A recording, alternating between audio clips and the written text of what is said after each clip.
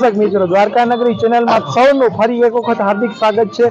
द्वारका नगरी चेनल पर हूँ छूं राघव उपाध्याय। आप सब दर्शक मित्रों मारा जय द्वारकाधीश। द्वारकानी अंदर होળી અને ફૂલવેલનો ઉત્સવ છે તે રંગેચંગે મનાવવામાં આવે છે, ત્યારે અનેક સેવાકીય કેમ્પો છે તે પદયાત્રીઓ જે દ્વારકા પદયાત્રા કરતા આવે છે તેમની માટે એ કાર્યરત છે। તેવા જ એક સેવાકીય કેમ્પની આપણે એ મુલાકાતે લઈ રહ્યા છીએ અને આપણી સાથે હરેશભાઈ છે જે આ જે કેમ્પના જે સંચાલક છે તે આપણી સાથે જ છે। તો ચાલો વધુ વિગત આપણે તેમની પાસેથી તે જાણીએ। તો હરેશભાઈ સૌપ્રથમ તમારી ચેનલમાં આપનું સ્વાગત છે। જે હોળી ફૂલવેલનો જે માહોલ જે હાલ ચાલી રહ્યો છે, અનેકો પદયાત્રીઓ છે તે દ્વારકા પદયાત્રા કરતા તે પહોંચી રહ્યા છે, તો આપનો જે સેવાકીય કેમ્પ છે તે કેટલા સમયથી તમે આ કેમ્પ દ્વારા સેવા યાત્રિકોને આપી રહ્યા છો તેમની વિગત છે તે આપ અમને એ દર્શક મિત્રોને તે જણાવો। પહેલા તો ધન્યવાદ આપ સૌનો। શિરોમણી સંત શ્રી આંબા ભગતની જગ્યા ધ્રોલની અંદર આવેલી છે, વાકિયા ગામની અંદર, જુનાગઢની અંદર મહાશિવરાત્રિનો મેળો હોય, 7 દિવસ અનક્ષેત્ર મહાશિવરાત્રિનો મેળો હોય, લીલી પરિક્રમા હોય, અને દ્વારકાની અંદર ચરખલા રોડ ઉપર શિરોમણી સંત શ્રી આંબા ભગતની જગ્યા આવેલી છે। આ જગ્યા પણ આંબા ભગતની જે 2017માં લોકાર્પણ થયું આ જગ્યાનું, ત્યારથી આજ દિવસ સુધી આવનારી પેઢી સુધી દર વર્ષે પાટીદાર સમાજના સંત શ્રી આંબા ભગતની જગ્યા નીચેના 93 થી 94 ગામ છે, 7 તાલુકાનો સમાવેશ થાય છે। એમાંથી 300 કાર્યકરની ટીમ સ્વયંસેવકની, 150 મારી માતાઓ બહેનો અને 150 વ્યક્તિ મારા વડીલો યુવાન મિત્રો સૌ સાથે મળી અને 1 રૂપિયાની આશા વગર 7 દિવસ સુધી દ્વારકા મુકામની અંદર કેમ્પની અંદર ફ્રી ઓફમાં સેવા આપે। આ કેમ્પની અંદર કોઈ પણ સમાજનો વ્યક્તિ આવે, અમારા સંત શ્રી આંબા ભગતનું એક સૂત્ર છે, જ્યાં અન્નનો ટુકડો અહીંયા હરી ઢુકડો।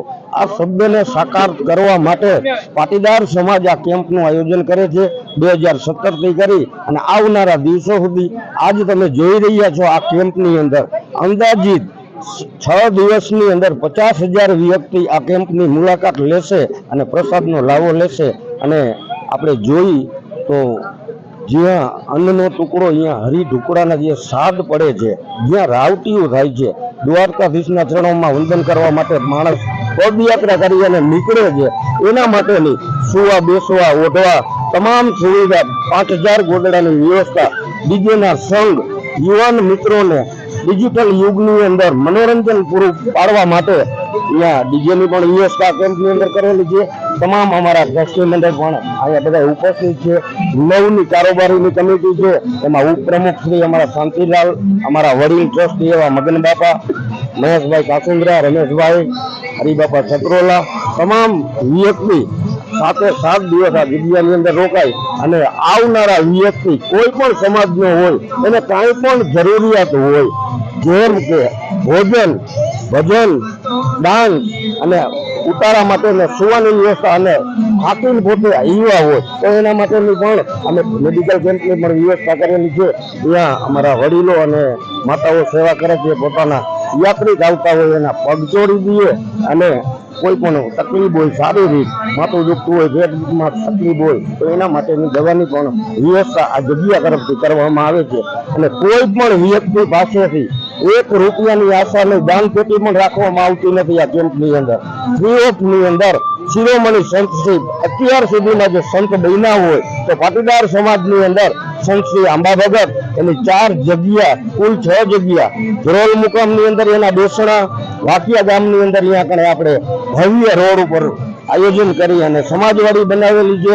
મહાશિવરાત્રિનો મેળો હોય, જેના દર્શન કરવાથી ભવોભવના કર્મના બંધનમાંથી મુક્તિ મળે એવા ભવનાથ દાદાના સાનિધ્યમાં પરિક્રમા રોડ ઉપર મહાશિવરાત્રિનો મેળો, લીલી પરિક્રમા, ત્યાં પણ પાટીદાર સમાજે અન્ય સમાજ માટે વ્યવસ્થા કરેલી છે। તો ખૂબ ખૂબ ધન્યવાદ અમારી સાથે જણાવવા અને જે માહિતી છે તે અમારા દર્શક મિત્રો સમક્ષ પહોંચાડવા બદલ। તો ખાસ કરીને જે અનેકો સેવાકીય કેમ્પો છે તે હાલ દ્વારકા જતા રસ્તાઓ પર કાર્યરત છે, ત્યારે સંત શ્રી આંબા ભગતનો જે કહેવાય કે જેમની પ્રેરણા જે પાટીદાર સમાજને મળી અને તેમના જ કાર્યકરો દ્વારા આ કેમ્પનું સંચાલન છે તે સફળ રીતે તે કરવામાં તે આવી રહ્યું છે। તો આપ અમારી સાથે આવી જ રીતે તે બન્યા રહો। તો આપણી સાથે એક પદયાત્રી જોવાના છે, જે યુવા છે મયુરભાઈ છે તે આપણી સાથે જોવાના છે. તો ચાલો એમનો અનુભવ છે તે આપણે એમની પાસેથી તે જાણીએ. તો જી મયુરભાઈ, સૌપ્રથમ તમારી ચેનલમાં આપનું સ્વાગત છે. કયા ગામથી તમે એ પદયાત્રા કરીને આવી રહ્યા છો અને કેટલા મેમ્બરો આપની સાથે છે તે અને કેટલા દિવસ થયા તે પણ જણાવો. લાલપુર તાલુકાનું જસાપર ગામથી અમે આવીએ છીએ. અમે 10 જણા જોડે આવીએ અને અમે શનિવારે રાત્રે ચાલવાનું ચાલુ કર્યું હતું. આરામથી આવીએ છીએ, બહુ મજા આવે છે ચાલીને આવવાની. તમે જે આવશો ચાલીને તો બહુ મજા આવશે. એક વખત અનુભવ કરવો જોઈએ. એક વખત આવશો તો બીજી વખત આવવાની જરૂર ઈચ્છા થશે. અને તમને રસ્તાનો તમને માહોલ છે તે કેવો લાગ્યો અને કેટલા વર્ષથી તમે ચાલીને આવો છો તે પણ જણાવો. મારું આ પહેલી વખત ચાલીને આવ્યો છું. આજ પહેલા હું કોઈ દિવસ ચાલીને નથી આવ્યો. પણ રસ્તાનો જે માહોલ છે, માહોલ જોઈને જ આપણે ખબર ના પડે કે ક્યારે કિલોમીટર કપાઈ જાય છે. મને આપણે આરામથી પહોંચી જઈએ. ખાસ કરીને હું જોતો આવ્યો છું કે જે આધેડ અને વૃદ્ધ લોકો હોય છે તે મોટી સંખ્યામાં ચાલીને આવતા હોય છે, પરંતુ આપની સાથે યુવા લોકોની ટીમ છે.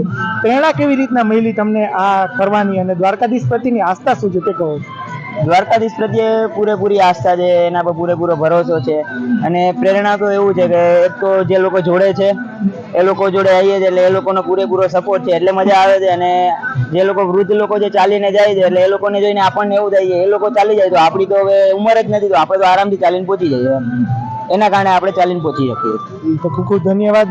તો ખાસ કરીને કહેવાય છે કે જે ભગવાન શ્રી કૃષ્ણ એટલે દ્વારકાધીશ પ્રત્યે લોકોની આસ્થા છે તે અનેરી છે, તે આ હોળી અને ફૂલડોલ પર્વ ઉપર જોવા મળતી હોય છે. અને કાનાના રંગે રંગાઈ જવા માટે છે તે લોકો છે તે હવે ચાલીને દ્વારકા જલ્દીથી પહોંચે અને એ માટેની એમની જે આતુરતા છે તે પણ આ માહોલ જોઈને તે જણાઈ રહી છે. તો દ્વારકા નગરી ચેનલની સાથે આપ આવી જિજ્ઞાતે બન્યા રહો.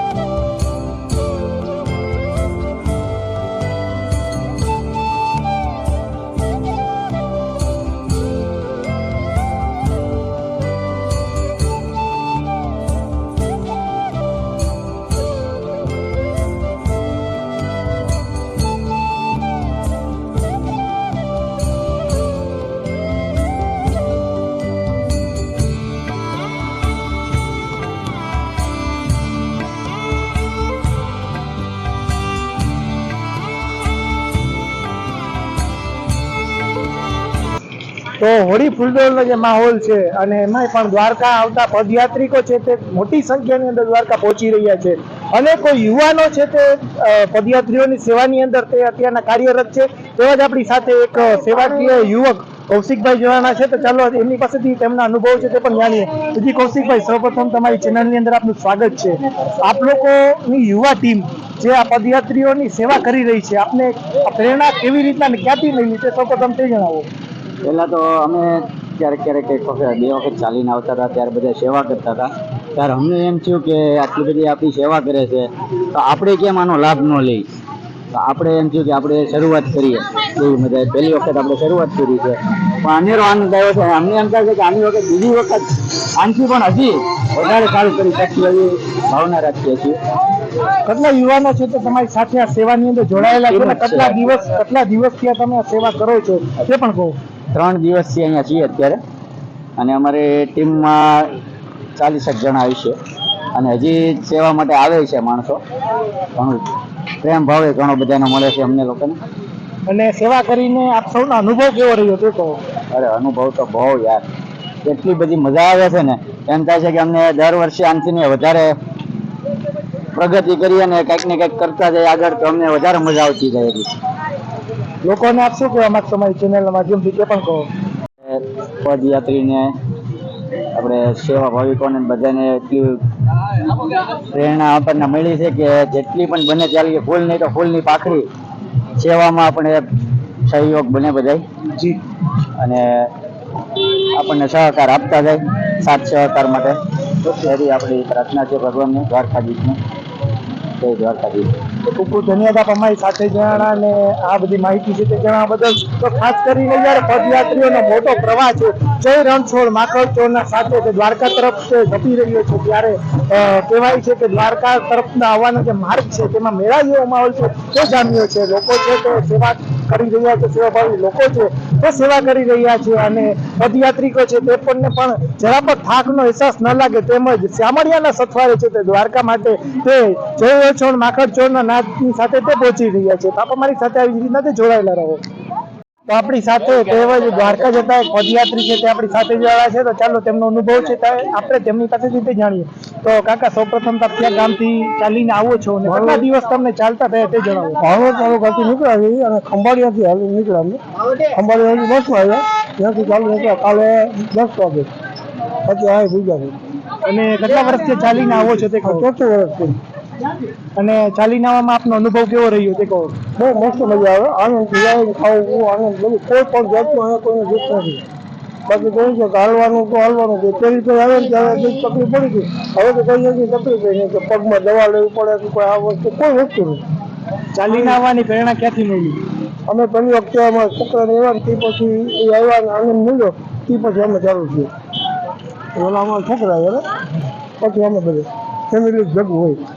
અમે આમાં 5-6 જણા જે હોય, બીજું કોઈ નહીં. એકદમ આનંદ આવે એમ. ખૂબ ધન્યવાદ આપ અમારી સાથે જોડાયા.